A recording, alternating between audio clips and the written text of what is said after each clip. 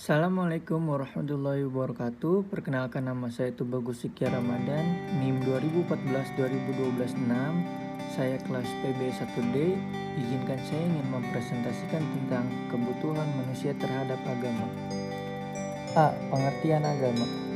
Secara sederhana, pengertian agama dapat dilihat dari sudut kebahasaan, etimologis, dan sudut istilah terminologis.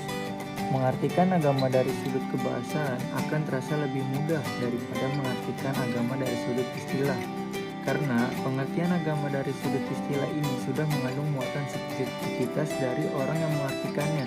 Atas dasar ini, maka tidak mengherankan jika muncul beberapa ahli yang tidak tertarik mendefinisikan agama. James H. Liuba misalnya berusaha mengumpulkan semua definisi yang pernah dibuat orang tentang agama, tak kurang dari 48 teori. Namun, akhirnya ia berkesimpulan bahwa usaha untuk membuat definisi agama itu tidak ada gunanya, karena hanya merupakan kepandaian bersilat lidah. Selanjutnya, Mukti Ali pernah mengatakan barangkali tidak ada kata yang paling sulit diberi pengertian dan definisi selain dari kata agama. Pernyataan ini didasarkan kepada 3 alasan. Pertama, bahwa pengalaman agama adalah soal batini, subjektif, dan sangat individualis sifatnya. Kedua, barangkali tidak ada orang yang begitu bersemangat dan emosional daripada orang yang membicarakan agama. Karena itu, setiap pembahasan tentang arti agama selalu ada emosi melekat erat sehingga kata agama itu sulit didefinisikan. Ketiga, konsepsi tentang agama dipengaruhi oleh tujuan dari orang yang memberikan definisi tersebut. Dengan Mukti Ali dan Sastra Prateja mengatakan bahwa salah satu kesulitan untuk berbicara mengenai agama secara umum ialah adanya perbedaan-perbedaan dalam memahami arti agama. Di samping adanya perbedaan juga dalam cara memahami serta penerimaan setiap agama terhadap suatu usaha memahami agama. Setiap agama memiliki interpretasi diri yang berbeda, dan keluasan interpretasi diri itu juga berbeda-beda. Sampai sekarang, perdebatan tentang definisi agama masih belum selesai hingga W.H. Clark, seorang ahli ilmu jiwa agama, sebagaimana dikutip Zakiyah Darajat, mengatakan bahwa tidak ada yang lebih sukar daripada mencari kata-kata yang dapat digunakan untuk membuat definisi agama.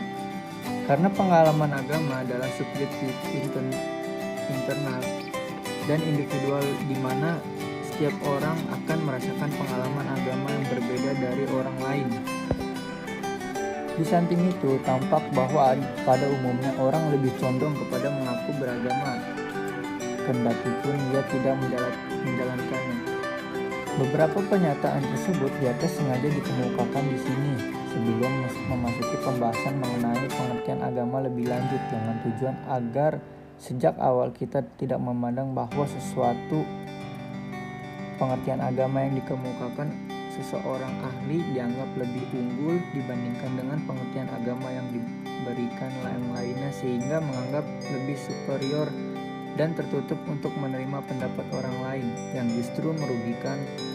Untuk itu, marilah kita ikuti uraian mengenai pengertian agama ini sebagai berikut. Pengertian agama dari segi bahasa dapat kita ikuti antara lain uraian yang diberikan Harun Nasution. Menurut dalam masyarakat Indonesia, selain dari kata agama, dikenal pula kata din dari bahasa Arab dan kata religi dalam bahasa Eropa. Menurutnya, agama berasal dari kata Sanskrit. Menurut satu pendapat, demikian Harun Nasution mengatakan kata itu tersusun dari 2 kata. Tidak, kata a, tidak, dan kata gam, pergi.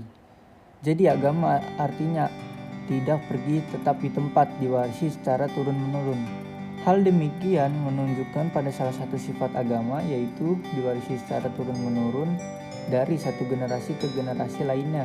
Selanjutnya, ada lagi pendapat yang mengatakan bahwa agama berarti teks atau kitab suci, dan agama-agama memang mempunyai kitab-kitab suci. Selanjutnya dikatakan lagi bahwa agama berarti tuntunan. Pengertian ini tampak menggambarkan salah satu fungsi agama sebagai tuntunan bagi kehidupan manusia. Selanjutnya, din dalam bahasa Semit berarti undang-undang atau hukum. Dalam bahasa Arab, kata ini mengandung arti menguasai, menentukan, patuh, utang, balasan, dan kebiasaan. Pengertian ini juga sejalan dengan kandungan agama yang di dalamnya terdapat peraturan-peraturan yang merupakan hukum yang harus dipatuhi penganut agama yang bersangkutan. Selanjutnya, agama juga menguasai diri seseorang dan membuat ia tunduk dan patuh kepada Tuhan dengan menjalankan ajaran-ajaran agama, lebih lanjut membawa utang yang harus dibayar oleh para penganutnya. Paham kewajiban dan patuhannya ini selanjutnya membawa kepada timbulnya paham balasan. Orang yang menjalankan kewajiban dan patuh kepada perintah agama akan mendapat balasan yang baik dari Tuhan. Sedangkan orang yang tidak menjalankan kewajiban dan ingkar terhadap perintah Tuhan akan mendapat balasan yang menyedihkan. Mungkin itu saja yang bisa saya jelaskan, kurang lebihnya mohon maaf. Assalamualaikum warahmatullahi wabarakatuh.